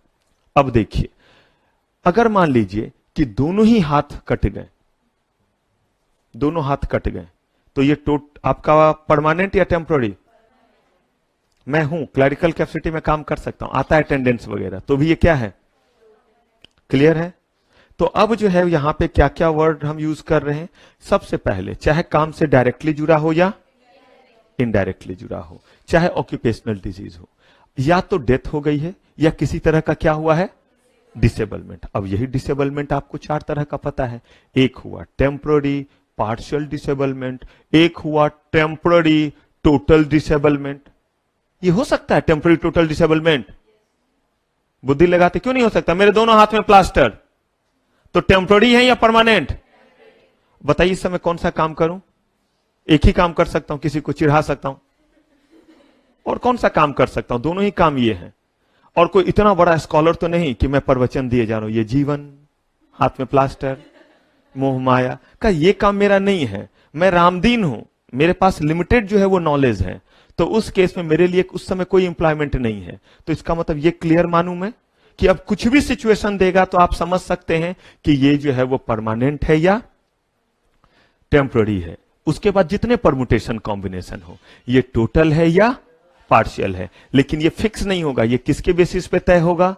उस पर्सन के बेसिस पे कि वो कौन कौन सा काम कर सकता है। मैंने आपको बताया ना कि लक्कर वाले का एक हाथ भी जो है वो अगर क्या हुआ, कट गया, तो उसके लिए वो टोटल डिसेबलमेंट हुआ। लेकिन वहीं किसी को और भी कोई काम आता है तो वो टोटल डिसेबलमेंट, हाँ परमानेंट जरूर हुआ। परमानेंट तो दोनों के लिए हुआ, मेरे हाथ आ जाएंगे और उसके नहीं आएंगे, दोनों के नहीं आएंगे अगर कट के उड़ा है तो। क्लियर है? सुनते जाइएगा ध्यान से, क्योंकि सारा कुछ एज इट इज आपके बुक में है। आइए, provision under employ compensation act, continue हम कर रहे हैं अपने प्रोविजन को। अमाउंट ऑफ कंपनसेशन कब दे रहे हैं? क्या हो गया भाई? किस चीज के कारण? और ये इंजरी कैसा होगा? या तो डायरेक्टली या फिर, क्लियर है ये वर्ड? बहुत कर चुके हैं डायरेक्ट इनडायरेक्ट, जितना आपका उससे ज्यादा मैं ऊपर उठ चुका हूं समझाने में कोर्स से, ताकि आपको इतनी बात आसानी से समझ में आ जाए। An amount equal to how much? Of monthly wages of deceased workman. Deceased workman का मतलब है वो वर्कमैन जिसकी डेथ हो गई। रामदीन की किसी हादसे में डेथ हो गई, डायरेक्टली या इनडायरेक्टली जो भी था, multiplied by A relevant factor. अब ये जो फैक्टर होता है, ये फैक्टर क्या होता है वो सुनिए। 50% पहले निकालिए मंथली वेजेस। अगर उसे 20,000 मिलता था तो कितना, ठीक है, और इसको किससे मल्टीप्लाई कीजिए, किसी चीज से। अब वो चीज क्या है वो सुनिए। ये फैक्टर कैसे डिटरमाइन करते हैं, ये बस थोड़ा सा ही आपको जानना है, इसमें इतना ही दिया हुआ है। इसको डिटरमाइन करने का रूल होता है और इसके पीछे लॉजिक ये होता है कि अगर मान लीजिए कि मेरी डेथ अभी हो जाती है, तो ऐसे केस में मैं अभी कुछ और दिन तक कमा पाऊंगा या नहीं। अगर डेथ नहीं होती तो मैं अभी कमाने लायक कैपेसिटी में हूं या नहीं। प्लीज काली जुबान मत बोलिएगा कि नहीं, कमाने लायक कैपेसिटी में हूं। शरीर हाथ चल रहे, हर जगह भागता रहता हूं, गरीब आदमी पापी पेट के लिए। देखिएगा ये खत्म होगा, फट से भागूंगा फिर। तो इसका मतलब अभी मेरा शरीर काम लायक है। नॉर्मली भी देखें तो ये काम लायक कितने दिनों तक, कहते हैं कि 60-65 साल तक तो कोई आराम से जो है वो काम कर सकता है। उसमें भी पढ़ाने जैसा काम, टीचिंग जैसा काम, जहां पे जो है वो बहुत ज्यादा फिजिकल वर्क नहीं है, तो ये तो बहुत दिन तक, ये तो बुढ़ापे पे जब तक जो है वो सांस तक। और जितने आप बूढ़े होते हैं वैल्यू इसमें तो बढ़ती जाती। कंसल्टेंसी और एजुकेशन, इसमें जितना आपका एक्सपीरियंस होता है उतना ज्यादा अच्छा, क्योंकि आप सामने वाले को उतना बेनिफिट प्रोवाइड कर सकते हैं, क्योंकि तजुर्बा आ जाएगा पढ़ाने का। कैसे मैं समझ जाता हूं कि आप कहां समझ रहे हैं, कहां आपको दिक्कत हो जाता है। मैं समझ जाता हूं कि कब हमारे वाइट को छटपटाहट हो रही है स्ट्राइप को, क्योंकि कभी कभी ये छटपटा जाते हैं कि ये क्या हुआ, ऐसे नहीं होना था। एकाएक घबरा जाते हैं, नहीं एकदम शांत रहेंगे, थोड़ा सा ध्यान से सुनेंगे तो अगले लाइन में वो पिछले वाला लाइन क्लियर हो जाएगा। तो ये बात चेहरे देख के समझ में आ जाता है कि समझ ये कैसे आ रहा है, बस एक्सपीरियंस से आ रहा है। कहा गया कि अगर ऐसे देखे तो मैं 20-25 साल और जो है वो जिंदा रहा तो कमा पाऊंगा। अब रामदीन अगर फैक्ट्री में काम कर रहा है और उसकी डेथ अगर हो जाती है 58th ईयर में, तो मान के चलेंगे 2 साल और कमाता, तो 2 साल के अकॉर्डिंग फैक्टर से मल्टीप्लाई करते, जितना अर्निंग कैपेसिटी उस घर का रुका है उसके अकॉर्डिंग कंपनसेशन देते हैं। लॉजिकल। लेकिन अगर रामदीन की उम्र 25 साल या 30 साल, मुझे बताइए अगला 30-35 साल जो है वो क्या है, खाना खा के नहीं आए हैं, क्यों पेन चूस रहे हैं। अब जो है वो अगर अगला जो है वो 30-35 साल वो अर्न कर पाता या नहीं कर पाता, तो क्या कंपनसेशन दोनों केस में उतना ही मिलना चाहिए। 58 ईयर का बंदे का डेथ हुआ है फैक्ट्री में काम करते समय, उसे भी उतना ही मिले, और 25 या 30 साल के जो है वो एक जवान की जो है मौत हुई तो भी उतना ही मिलना चाहिए। कहा नहीं। इसके पीछे एक ही लॉजिक, और वो लॉजिक अगर आप होते इस हादसे के नहीं होने की वजह से, अगर आप जिंदा होते, हादसा हुआ इसलिए आप चले गए, अगर होते तो आप अपने परिवार के लिए कितना और अर्न करते, आपकी अर्निंग कैपेसिटी कब तक रहती। आप कहेगा सर जीवन तो मोह माया, कभी कोई भी मर सकता है, रास्ते में भी कुछ हो सकता है। अरे भाई लॉ को जो है वो आध्यात्म से मत जोड़िए, उसको कहीं लॉजिक तक पहुंचने दीजिए। कहा कि लॉजिकली चलते हैं कि इंसान की उम्र नॉर्मली अगर इंडिया में 70 ईयर है और वर्किंग लाइफ अगर 60-65 साल है, 60 साल है, तो बंदा और 30 साल तक कमाता। 58 का है तो 2 साल और कमाएगा, उसके अकॉर्डिंग मल्टीप्लाई करेंगे। तो मुझे बताइए कम उम्र में ज्यादा कंपनसेशन मिलेगा या कम।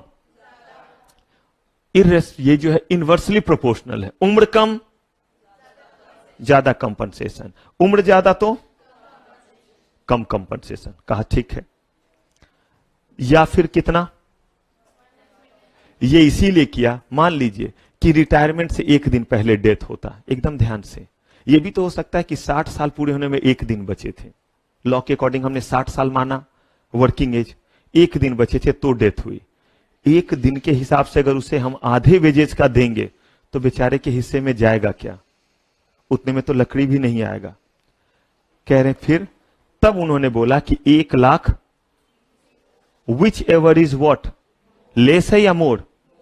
अच्छा किया या बुरा किया, लेस लिखना चाहिए था, अच्छा किया कि अगर अंतिम समय में भी कहीं कुछ हो तो कम से कम एक रीजनेबल अमाउंट मिले। क्लियर है। ये अमेंडमेंट के बाद हुआ है, पहले बहुत कम हुआ करता था, ये सब चेंज हुआ है। रीजन ये है कि एक्ट भी तो देखिए कब का बना हुआ है, 1923 का, उस समय के अकॉर्डिंग लेके चले थे, अब चेंज किया। लेकिन अगर परमानेंट टोटल डिसेबलमेंट हुआ है, ये तो हमें पता ही नहीं है परमानेंट टोटल डिसेबलमेंट क्या होता है, अब क्या करें, ये हमें पता है। तो परमानेंट टोटल डिसेबलमेंट हमें पता है।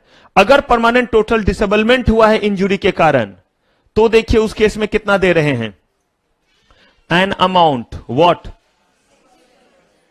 equal to what equal to 60% of monthly wages of the injured workman multiplied by relevant factor तो सेम है, एज के अकॉर्डिंग है। लेकिन मुझे एक बात पच नहीं रहा है, हो सकता है मेरा पाचन शक्ति थोड़ा वीक हो। यहां पे मरा नहीं है तो बंदे को कितना दे रहे, बंदा मर गया है तो कितना दे रहे, कैलकुलेशन बाकी सेम है, मंथली वेज रेलिवेंट फैक्टर बाकी सेम है। क्या ये नाइंसाफी नहीं है? और अगर नहीं है तो इसके पीछे का लॉजिक मुझे बताइए।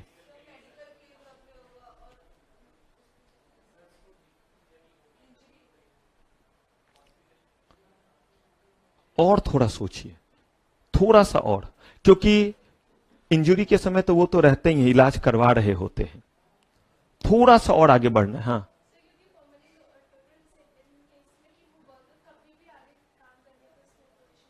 और मर गया तो फिर भूत बन के आएगा और काम करके चला जाएगा। क्या? तो अभी भी तो एज के अकॉर्डिंग ही मल्टीप्लाई कर रहे हैं, लेकिन 60% क्यों दे रहे हैं? एक तरीका था इसको सीधे छोड़ देते, आगे बढ़ जाते। हाँ बस समझ लिए, आगे बढ़ते हैं, रट्टा मार लेते हैं, बस थोड़ा लॉजिक पढ़ लेते कि कहीं गलती से याद रह जाए। यही एक तरीका होता है इन चीजों को याद रखने। हाँ, और जब वो मर गया तो वो जो है वो काम कर पाएगा।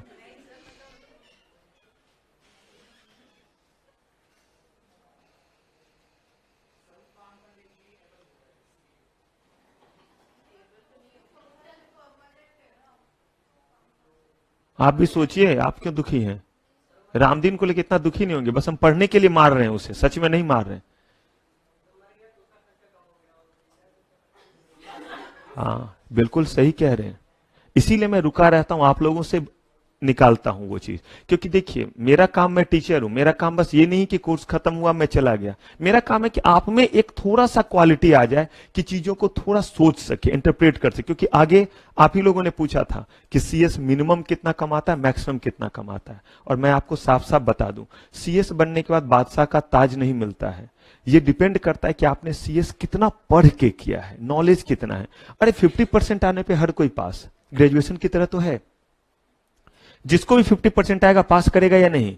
इंडिविजुअल सब्जेक्ट में 40 और एग्रीगेट 50 होना चाहिए। क्या लिखा हुआ इतने ही बच्चे पास होंगे? तो आप कहेगा सर तब हम छोड़ दें सीएस, वो आप जानिए। लेकिन मैंने आपको बोला है कि यहां पास करना और इसके लिए नहीं है, कितना पढ़ करके और क्या डेवलप किया आपने इस बीच में, आप पर्सनैलिटी कैसे बनते हैं। ऐसा कि देख करके जी कर एक तबड़क मारूं।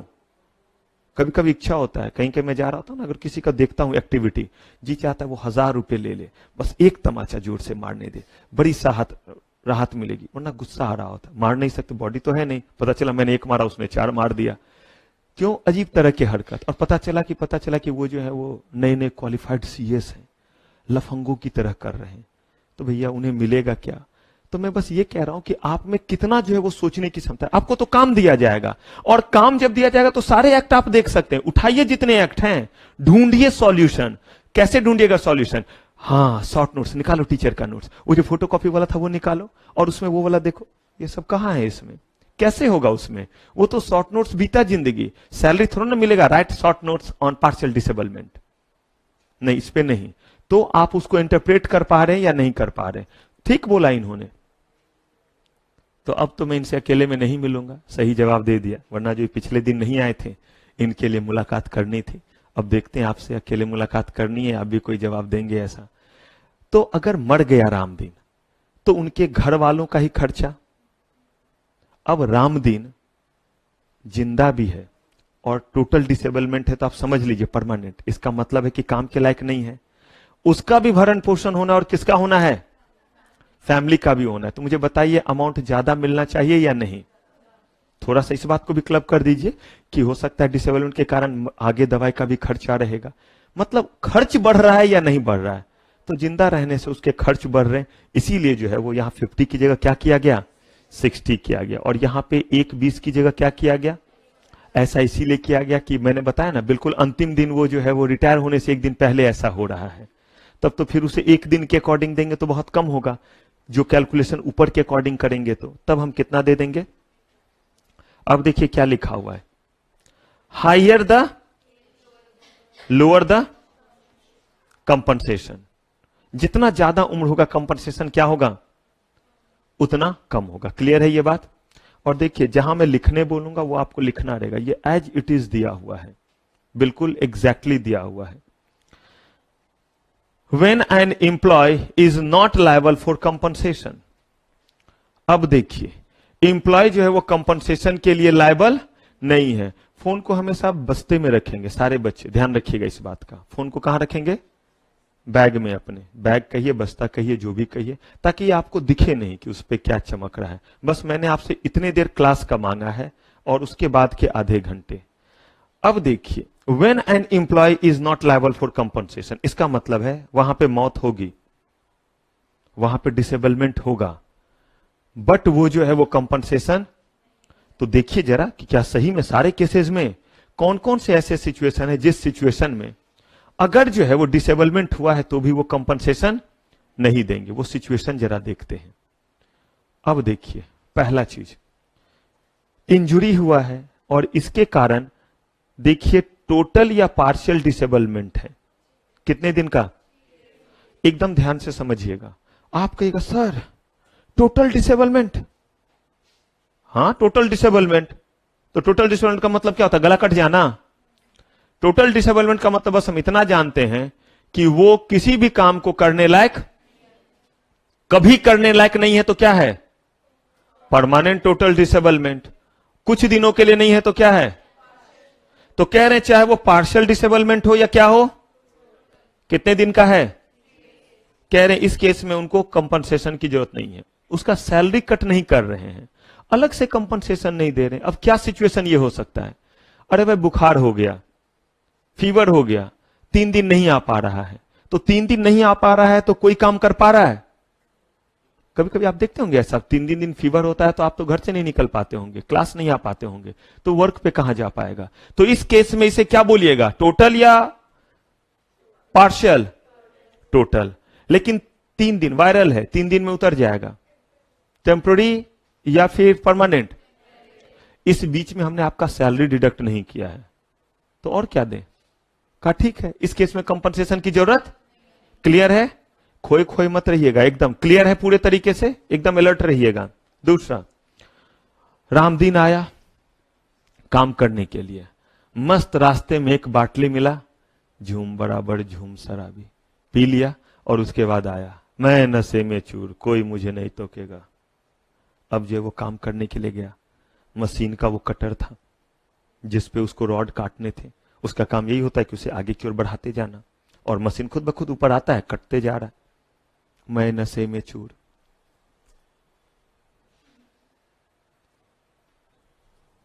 दो टुकड़ा खुला, अब बाप बाप कर रहा है। कह रहे हैं कि इस केस में ये आपका जो है वो परमानेंट या टेम्पररी, अब डिपेंड करता है टोटल होगा या, ठीक है मान लीजिए कुछ आता भी होगा काम, तो हुआ ना डिसेबलमेंट। पार्शियल तो हमेशा के लिए हो गया, पार्शियल परमानेंट, देंगे कंपनसेशन और 2 देंगे, समझ ही रहे क्या देंगे, जो पापा बचपन में हमें खूब देते थे उससे अच्छा वाला देंगे उसे। क्या सही में उसे मिलना चाहिए, नहीं। अगर वो जो है वो किसी भी तरह के नशे में इन्फ्लुएंस होकर के काम कर रहा है तो वर्क प्लेस पे तो किसी भी तरह के जो है वो ड्रिंक या ड्रग्स के इन्फ्लुएंस में आना ही नहीं है, ठीक है। रामदीन को बोला था कि भाई रामदीन उस एरिया में नहीं जाओगे, उस एरिया में नहीं जाओगे, और बोला हुआ कि ये प्रोहिबिटेड एरिया है, इस एरिया में गिने चुने लोग ही जाएंगे जिनका काम है। आप क्लास में जब आते हैं तो क्या कोई प्रोहिबिशन गेट पे लिखा हुआ है, क्योंकि आप ऑथराइज हैं इस क्लास में आने के लिए। इसका मतलब फाउंडेशन वाले बच्चे भी मस्त आ जाएंगे, नहीं, वो किसी और क्लास में जाएंगे। आप इतने दूर आ गए तो आप सोचते हैं कि यहां क्यों बैठेंगे, वो सर के केबिन में ही बैठते हैं, या जिसमें हमारा टेक्निकल टीम है आप कहते नहीं उसी में बैठेंगे, उसी में आपको कंफर्ट लगेगा। क्या आप उसमें जाने के लिए ऑथराइज हैं? आपको मना कर दिया गया कि आप उसमें नहीं जाएंगे। आप यहां आते हैं, इस रूम में आपको किसी तरह का इनकन्वीनियंस होता है तो आप बोलेंगे सर एसी जो है वो ठीक नहीं चल रहा है, ये नहीं। ऐसे तो आप कुछ देर पे बंद कराते हैं कि ठंड लग रही, लेकिन मान लीजिए कि अगर कोई दिक्कत तो आप बोलेंगे सर एसी नहीं, ये नहीं। आप मान लीजिए कि चले जाते हैं मशीन रूम में और बोलते हैं कि सर मशीन रूम में ना एसी इतना मत रखा करो, ऐसा लगता है जैसे कि बर्फ जम जाएगा। अरे भाई मशीन है, उसमें रखना पड़ेगा, सर्वर वगैरह है, नहीं तो चीजें जो है वो खराब हो जाएगी। क्या आप ये कंप्लेन करने के लिए लायबल हैं? आप हमारे मशीन रूम में गए, घुसी रहते, सर पे चोट लगा, क्योंकि वहां बहुत कुछ ऊपर टंगा वगैरह है, और आप आते हैं और बोलते हैं सर ये क्या बात हुआ, मुझे चोट लग गया, कंपनसेशन दो। लेकिन आप क्लासरूम में आते हैं और ऊपर कुछ टंगा है, उससे चोट लग गया, तो बिल्कुल आप कह सकते हैं कि सर कैसे क्लासरूम में कुछ आपने टांग दिया। हाँ, अब आप जबरदस्ती जाके उछल के टकराते हैं तो that is a different thing. आपको मना किया गया जिस एरिया में जाने के लिए, आप उस एरिया में जाते हैं। रामदीन जा रहा है किस एरिया में? रामदीन जा रहा है वो एरिया में जहां पे जो बड़े सारे लीवर वगैरह लगे हुए हैं, और उसे नहीं पता है कि कौन सा लीवर या पुली कैसे काम करता है। वहां एक इस तरह का लीवर लगा हुआ है, और ये लीवर जो है अगर इस पे आप वजन देंगे तो ऊपर कुछ रखा हुआ है, ऐसे करके वो फ्री हो जाएगा, और बहुत हैवी हैवी वजन की चीज होते हैं जो क्रेन उठाए रहता है, और जैसे ये पुली डाउन करते वो उसे छोड़ देता है। कहीं तो छोड़ना ही रहेगा ना।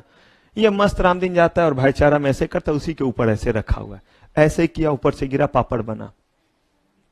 या हो सकता है देख लिया, बचना चाहा, पैर टूट गया, हुआ डिसेबलमेंट। मिलेगा कंपनसेशन? क्या मिलेगा? आगे आप खुद समझ रहे हैं, समझदार हैं। अब देखिए, बोला गया कि जब भी रामदीन जो है वो इलेक्ट्रिसिटी का काम करता है, और कहा गया कि जब भी आप इलेक्ट्रिसिटी का काम करें, रबर दस्ताना वगैरह पहने, या अगर आप कंस्ट्रक्शन साइट पे तो हेलमेट पहन के जाएं।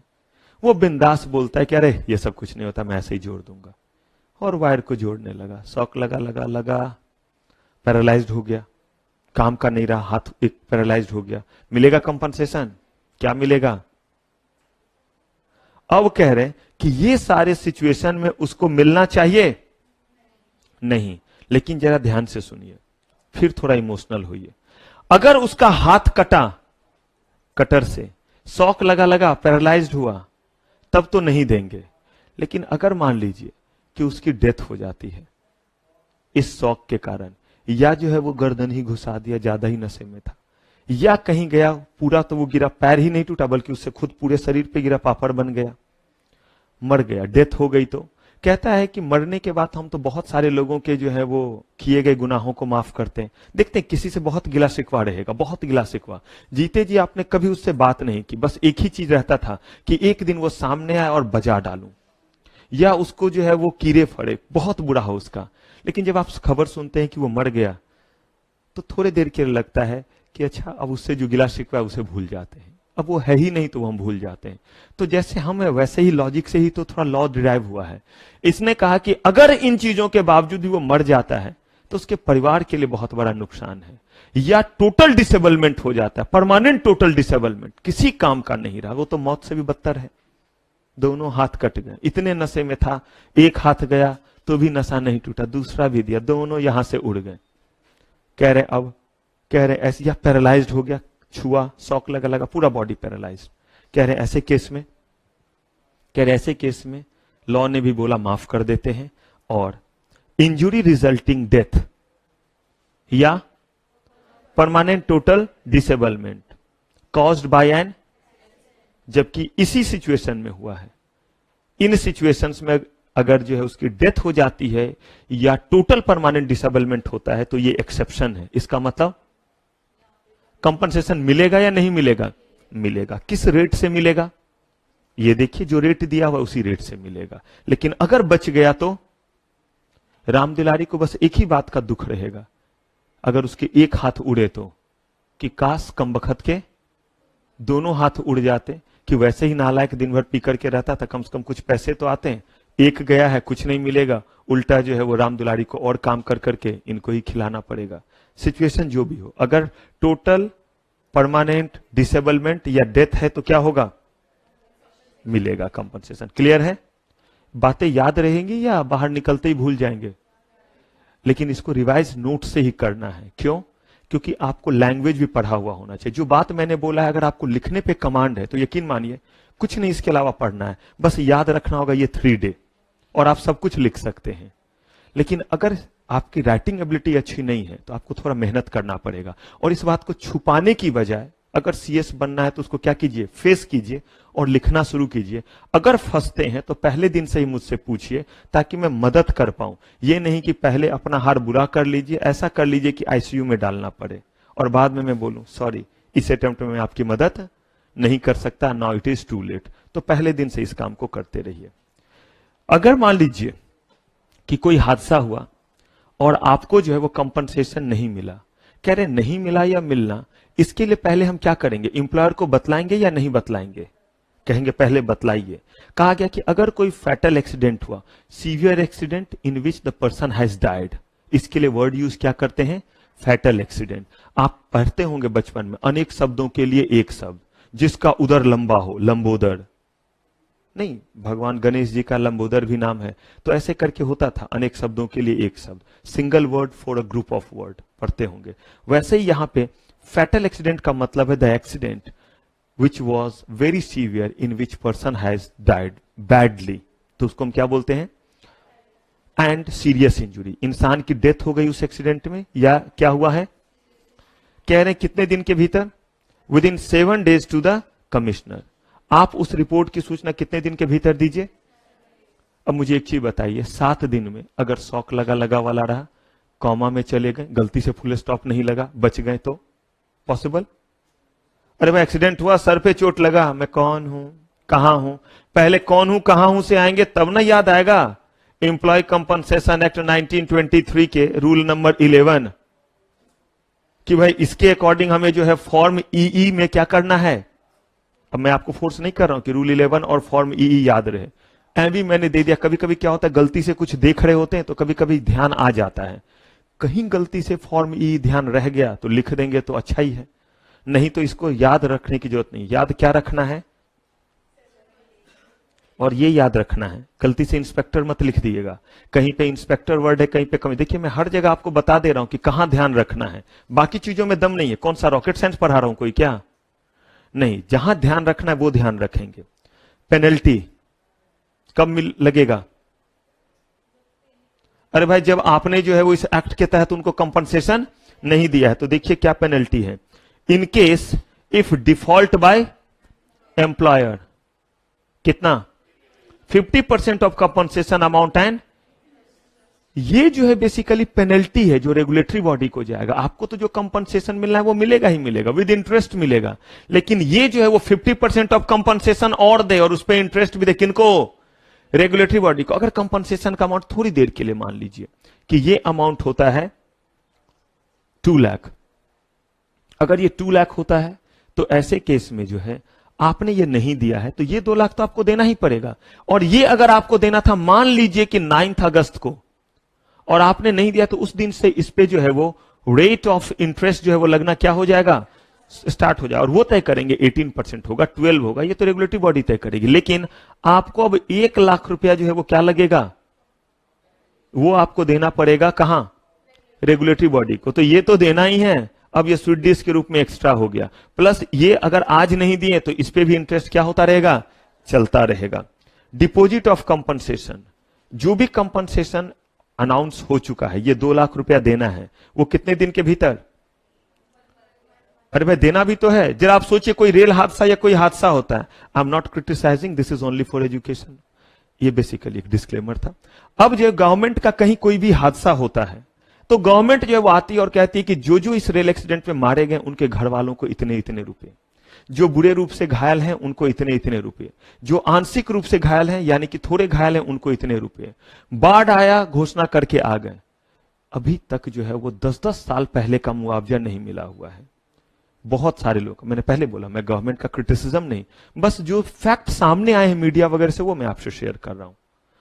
तो आपने ऐसा सुना है या नहीं सुना है, बड़े सारे लोग कह रहे हैं कि हमें तो अभी तक जो है वो उनके मरने का कंपनसेशन नहीं मिला हुआ है। कह रहे हैं कि ऐसे केस में ही इन्होंने बोला है कि विद इन 1 मंथ, हम चीजों से ही तो सीखते हैं, मतलब जब हम गलती करते हैं तो उससे सीखते हैं। अच्छी बात तो यह है कि दूसरे की गलती से सीख लें ताकि गलती खुद ना करें, कम से कम अपनी गलती से भी सीख लें, और नहीं तो जो बार बार गलत करे उसे तो महाडैश कहते हैं। Anyway, with in 1 month with compensation commissioner क्या करेंगे, जमा कर देंगे। कौन सा अमाउंट, ये 2 लाख वाला अमाउंट 1 महीने के भीतर, ताकि जो उसको फटाक से क्या हो सके, मिल सके। क्लियर है ये चीज। अब बताइए, जब हम लोगों ने आज पढ़ना शुरू किया था तो मैंने आपसे क्या कहा था कि एम्प्लॉय को कंपनसेट करने के लिए हमने पहले बनाया एम्प्लॉय कंपनसेशन एक्ट, लेकिन हमने जो है वो बदलते समय के साथ कुछ महसूस किया, आजादी मिली तो कुछ आजाद हुए, थोड़ा चीजों को सोचा, और हमारे साथ आया एक प्रॉब्लम। और वो प्रॉब्लम क्या आया वो सुनिए। पहले प्रॉब्लम चलते हैं, फिर चलते हैं अपने सोच के ब्रॉड होने पे। प्रॉब्लम नंबर 1, जब हादसा हो जाता था तो रूल के अकॉर्डिंग जो है कंपनसेशन तो देना रहता था, लेकिन इसके लिए उन्होंने कोई भी ऐसा प्रोविजन नहीं बनाया कि इंप्लॉयर जो है वो कुछ पैसा कहीं जमा करते रहे कि कल को हादसा हो गया तो दे देंगे। एकाएक रामदीन की डेथ हुई, कह रहे हैं 1 महीने में पैसे जमा करो। कंपनी का ये रेगुलर वर्क तो है नहीं, ये तो कंपनी के ऊपर एकाएक बर्डन आया। एक साथ 5 मजदूरों की डेथ हो गई, कोयला खदानों में 10 मजदूर मर गए, 20 मजदूर मर गए, सबको देना पड़ेगा एज पर लॉ। दे कहां से? जो कंपनी उस समय उतने प्रॉफिट में नहीं, एकदम ध्यान से सुनिए, पॉसिबल बहुत सारी ऐसी फैक्ट्री है जो आज भी लॉस पे चल रही है, लेकिन उन्हें चला रहे होते इस उम्मीद से कि आगे बढ़ जाएगा। तो जिस फैक्ट्री को प्रॉफिट नहीं हो पा रहा है, जिनके पास पहले से इतने सेविंग नहीं पड़े हुए, रिजर्व नहीं पड़ा हुआ है, जिनको चलाना अपने आप को मुश्किल हो रहा है, क्या उनको जो है उतना आसान होगा कि जैसे ही कंपनसेशन की बारी आए वो निकाल करके दे दें? तब होगा क्या? डिफॉल्ट, मामला कोर्ट में जाएगा, यहां पे जाए। लेकिन मुझे एक चीज बताए, कहीं भी जाए मामला, आपने एक्ट बनाया क्यों था? आपने एक्ट तो इसीलिए बनाया था ताकि कंपनसेशन किस तक पहुंचे? अरे भाई, कंपनसेशन कहां पहुंचे? डिसीज पर्सन तक पहुंचे, जो आपके वर्कर है उस तक पहुंचे, आपके इंप्लॉय तक पहुंचे। मिला उसे, मिला उसके घर वाली को, मिला उसके जो है वो राम दुलारी को? कहा नहीं। क्यों? फैक्ट्री के पास रिजर्व में पैसे ही नहीं है, डिफॉल्ट हो गया। केस ही तो चलेगा, प्रोसीजर ही तो होता रहेगा, तारीख पे तारीख, तारीख पे तारीख। और कंपनसेशन के लिए आपको पता ही कितने जल्दी जल्दी डेट मिलेगा। कहा गया फिर क्या करें? और वो बोल भी रहे कि ठीक है, अगर आपको लगता है कि कंपनी के पास पैसे हैं तो आप ले लीजिए। सारा अकाउंट उन्होंने दिखा दिया रेगुलेटरी बॉडी को, अब क्या करें? और आपने तो पढ़ा हुआ है कि अगर आप जो है कंपनी चला रहे हैं, कंपनी के फॉर्म में बिजनेस कर रहे हैं, तो यू हैव लिमिटेड लायबिलिटी। या तो आपने पढ़ा है या पढ़ेंगे। लिमिटेड लायबिलिटी, आपके लायबिलिटी का मतलब यह नहीं है कि आप डायरेक्टर हैं कंपनी के तो आपके प्रॉपर्टी को नीलाम किया जाएगा, बिल्कुल नहीं। हां, यह तब होगा जब आपने कुछ फ्रॉड किया है, आपने जानबूझ करके गड़बड़ किया है। अदरवाइज आपने गुड फेथ में काम किया तो company is a separate legal entity and promoter of the company separate legal entity. भले वो रतन टाटा, कुमार मंगलम बिरला ही क्यों ना हो। मुकेश अंबानी के पर्सनल प्रॉपर्टी नीलाम नहीं होंगे अगर रिलायंस पे कोई कर्जा है तो। हां, लेकिन मुकेश अंबानी ने उस पैसे को लिया इसलिए और फ्रॉडलेंट तरीके से अपना यूज किया, तब जरूर होगा। तो इन्होंने तो कोई फ्रॉडलेंट एक्टिविटी नहीं किया, फैक्ट्री का सामान ही नहीं बिक रहा है, तो ऐसे केस में मिला उन्हें चीजें। मुझे एक चीज बताइए, गड़बड़ है या नहीं है? सॉल्यूशन है आपके पास?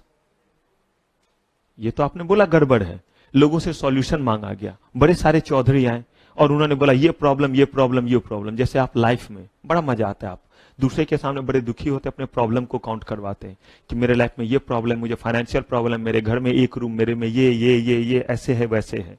मैं ये नहीं कहता किसी के सामने बोलना गलत है, लेकिन मैं कहता हूं कि लाइफ का अप्रोच ही ये नहीं होना चाहिए कि प्रॉब्लम्स, लाइफ का अप्रोच ही होना चाहिए सॉल्यूशन। जो चीज आपके लिए प्रॉब्लम है शायद किसी के लिए वो सॉल्यूशन है, क्योंकि वो उससे आपसे भी ज्यादा प्रॉब्लम में। हाँ, ये जरूर है कि कोई आपसे भी बहुत अच्छे कैपेसिटी में है, तो ये भी है कि आपसे भी बुरे कैपेसिटी में लोग हैं। आपको सॉल्यूशन निकालना है। यहां पे सब प्रॉब्लम लेकर के पहुंचे कि इसमें ये प्रॉब्लम हो रहा है, ये प्रॉब्लम हो रहा है। लेकिन गलती से एक चौधरी वो भी आया जो किसके साथ आया? सॉल्यूशन के साथ, जिसका सोचने का तरीका था सॉल्यूशन। वो कहता है भैया समस्या क्या है? तो कहा ये समस्या है। कहा समाधान है आपके पास? कहा नहीं है मेरे पास, है मैं बताता हूं। कहा ठीक है सुनाओ, हम सुनते हैं। और हमने उसे कहा यह समस्या आई ही क्यों? अगर हम पहले दिन से ही यह मान के चलते कि इन जगहों पे हादसे हो सकते हैं और हादसों का रेट यह है जो कि आप निकाल सकते हैं, एक नॉर्मल कैलकुलेशन तो कर ही सकते हैं। आज तो इतने सारे सिस्टम डेवलप हैं कि एक साल में इतने लोगों को ये हो रहा है, एक साल में इतने लोगों को ये हो रहा है, इतने तक का नुकसान होता है, इतने तक पैसे लगते हैं। उस अकॉर्डिंग आप कोई रिजर्व बनाते जाओ, और वो रिजर्व सिर्फ इसी काम के लिए, चाहे लोग भूखे मर रहे हो, सैलरी नहीं जा रहा हो तो नहीं जा रहा हो, लेकिन इस रिजर्व का इस्तेमाल सिर्फ किस काम के लिए होगा? कंपनसेशन देने के लिए। मुझे बताइए ये सही तरीका है या नहीं? आपको एकाएक कुछ लेना पड़ जाता है, मुश्किल होता है, लेकिन सोचिए जरा आप उसके लिए थोड़े थोड़े पैसे रख रहे होते हैं, भले थोड़े थोड़े ही रख रहे हो, नहीं पता चलता है, लेकिन जब वो गुल्लक खुलता है तो आप देखिए कितने निकलते हैं। मेरी बिटिया को आदत है पिग्गी में पैसे डालते रहेगी, जब मैं आता रहूंगा तो वो ज्यादा नहीं लेती, 10 रुपए देता हूं। और वो उस दिन जिस दिन वो घर में रहती, तो सैटरडे संडे रहती है, तो वो मुझे मंत्र पढ़ के सुनाती है निकलने से पहले, वक्रतुंड महाकाली ये सब, तो उसे आता है मंत्र वगैरह, तो वो पढ़ती है, तो मैं प्रणाम कर रहा हूं, वो मंत्र पढ़ रही होती है, तो उसके बाद में उसे दक्षिणा देता हूं, वो लेती है, और कुछ उसे चाहिए चॉकलेट वगैरह दे दिया, वो उसे पिगी में डाल ली। और उसके बाद कोई भी चीज अगर मेरा खराब हुआ, क्योंकि उसे पता है कि पापा सबसे बाद में लेंगे, तो सबसे पहले अपना पिगी लेके आ गई, पापा टेंशन नहीं लेना है, ले लो ये लो, इससे अपना शूज ले लो, या इससे अपना, मैं भींगा हुआ शूज पहन के गया, तो पापा भींगा शूज पहन के क्यों, तो बेटा रे शूज भींग गया था ना, तो वही पहने होते, पापा दूर रखो, आइडिया दे रही है, ये तो वहीं पे रख लो ऑफिस में, भींगा रहेगा तो वहीं छोड़ देना। तो मैंने बोला बेटा फिर पैसे लगेंगे, कितना खरीदे, अभी लाते हैं, तो पिग्गी उठा के ले आई, खोल भी ली, खोल के निकाल भी दी, बोल बेटा उसको रख दो, नहीं नहीं नहीं नहीं, लो काउंट करना शुरू की, तो देखिए थोड़े थोड़े करते करते 6,000 7,000। कहने का मतलब कोई भी चीज, मान लीजिए कभी जो है वो बाबा आए, उसके दादी आए, नाना नानी कोई भी आए, तो बच्चा कुछ भी दिया तो उसमें क्या करती है, रख देती है। तो ये छोटे छोटे सेविंग से हमारे घर में बहुत सारे चीज आते हैं।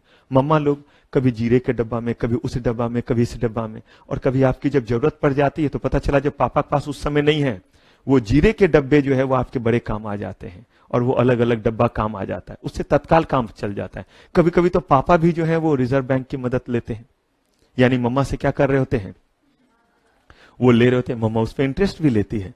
अगर जो है वो 100 दिया तो 110 लेगी, वो इंटरेस्ट तो जो है वो किसी बैंक का नहीं है। मतलब ये है कि देखिए इन्हीं जनरल और लॉजिकल चीजों से लॉ में भी बोला गया कि आप सिर्फ इसी काम के लिए इसका यूज करो। हम घर में रखते हैं कुछ पैसे, किसी काम के लिए उसका इस्तेमाल नहीं करते, अगर कोई मेडिकल इमरजेंसी आ गया तो घर में रखे हुए ये पैसे निकालेंगे, अदरवाइज नहीं पैसे तो आप जाइए एटीएम निकाल करके लाइए। लेकिन ये जो 10-20 हजार है, एकाएक अगर कहीं कोई बीमार पड़ गया तो कभी कभी कैश की बहुत जरूरत पड़ती है।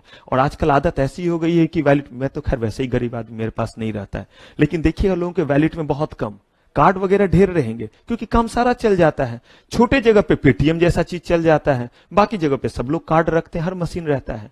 कहा गया लेकिन कभी कभी जब जरूरत पड़ जाती है तो उस समय कैश की जरूरत, तब इसके लिए आप कुछ जमा करके रखते। कहा गया ऐसे ही करना है।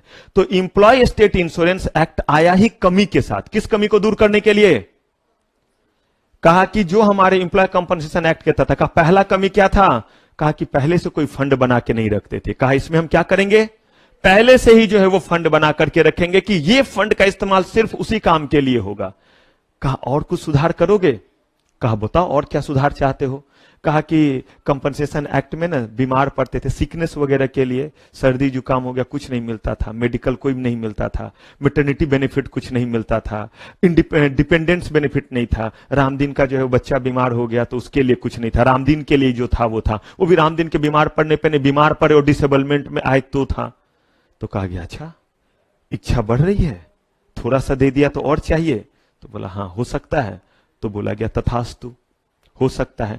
और उन्होंने फिर इसमें और भी चीजों को शामिल कर दिया, जिसमें उन्होंने कहा कि जो डेथ था वो वाला मिलेगा, जो डिसेबलमेंट था वो मिलेगा, in addition to that sickness, medical, dependence benefit, और साथ ही साथ कहा कि जो आपका और भी कंपनसेशन निकल करके आता है किसी भी तरीके से, अगर मान लीजिए कि फीमेल वर्कर है तो मैटरनिटी बेनिफिट, कहा और कुछ चाहिए, तो जब इतना बोला तो और इच्छा बढ़ी, और बोला कि अगर कोई सीवियर जो है वो ऑपरेशन वगैरह हुआ उस केस में क्या ये रेट वगैरह नहीं बढ़ सकता है, और जो है वो ज्यादा दिन के लिए नहीं मिल सकता है बेनिफिट, मेडिकल बेनिफिट एक टाइम के लिए देंगे ना, और ज्यादा दिन के लिए, तो ये भी प्रोविजन उन्होंने की कि इतना बीमार पड़े तो इतने दिन के लिए, अगर सीवियरली बीमार पड़े कैंसर जैसे चीज और इस तरह के चीज में अलग से भी प्रोविजन किया। बुरा किया अच्छा किया, ये हम पहले क्यों नहीं कर पाए, विजन नहीं आया, एक का ये सोच नहीं आया। आप तो हर दिन सोचते, कभी होता है किसी से इंटरेक्ट होते हैं, सोचने का तरीका थोड़ा बदल जाता है कि नहीं नहीं सही कह रहे, ऐसे चलना चाहिए, ऐसे, मैं ये नहीं कह रहा, मैं कह रहा हूं इसीलिए, ऐसे बहुत सारे लोगों से आप इंटरेक्ट होते हैं और आपको लगता है कि नहीं ऐसे नहीं सही कहा जा रहा था, मैं ऐसे चलना चाहिए, ऐसे सोचना चाहिए, ऐसे करना चाहिए। ऐसे ही तो हमें भी जो है वो लगातार विजन आ रहा है लॉ मेकर को, और वो चीजों को क्या करते जा रहे हैं, बदलते जा रहे हैं। और तब बदल करके उन्होंने जो तैयार किया वो था इंप्लॉय स्टेट इंश्योरेंस एक्ट, जिसमें उन्होंने कहा कि कुछ इंप्लॉय को देना है, लेकिन कुछ इंप्लॉय को और कुछ इंप्लॉयर को, कहा थोड़े ही सही लेकिन थोड़ा इंप्लॉयर से भी ले, थोड़ा इंप्लॉय से भी लेंगे, ज्यादा इंप्लॉयर से लेंगे, कितना उनसे कितना इनसे, कौन कौन सा बेनिफिट इसमें प्रोवाइड करेंगे, और अगर वो बेनिफिट नहीं मिला तो उस केस में क्या जो है वो फाइन पेनल्टी इंपोज करेंगे। तो ये सारा कुछ हम लोग करेंगे नेक्स्ट एपिसोड में। यहां तक के सारे चीजों को अच्छे से क्या कीजिएगा, रिवाइज कीजिएगा। आप लोग प्लीज नेक्स्ट क्लास से पहले बुक जरूर कलेक्ट कर लीजिएगा, क्योंकि तब मेरी स्पीड तेज होगी, क्योंकि इसमें बड़े सारे हमारे सिलेबस हैं। अगर बुक आपके पास रहेगा तो बहुत आसान हो जाता है। तो चलिए फिलहाल आज की इस सब्जेक्ट की सेवा समाप्त। थैंक यू वेरी मच, आपका बहुत बहुत धन्यवाद।